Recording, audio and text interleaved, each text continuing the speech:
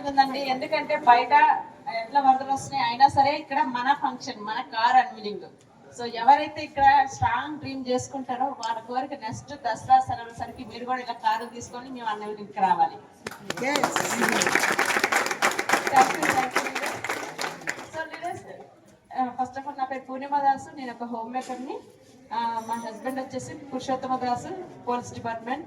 So చూడండి ఇక్కడ కూడా మేడము ఒక పోలీస్ భార్య, నేను ఒక పోలీస్ భార్యని. ఓకేనా? సో సార్ వాళ్ళు ఏదైతే చేయలేకపోయారో అంటే వాళ్ళు చేస్తున్న పని జాబ్ ఏదైతే ఉందో ఎన్నో కోరికలు ఆశలు ఉంటాయి కదా లేడీస్కి, కానీ కనీసం నెరవేర్చలేకపోయారు. కానీ ఇక్కడికి వచ్చిన తర్వాత మాకు అంటే కార్లో ఇప్పుడు వరదలు వస్తున్నాయి కదా, సో ఏముంటే బాగుంటుంది?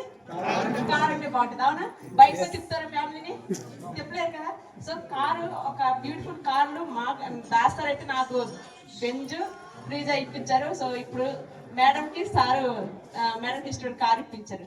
సో చూడండి ఇక్కడ ప్రతి క్షణం అంటే పాటుపడేది దేనికి అని అంటే మన డ్రీమ్స్ నెరవేర్చుకోవడానికి. కానీ ఇక్కడికి వచ్చిన తర్వాత సో సార్ ఏదైతే ఉన్నారో 20 years జాబ్ చేస్తున్నారు.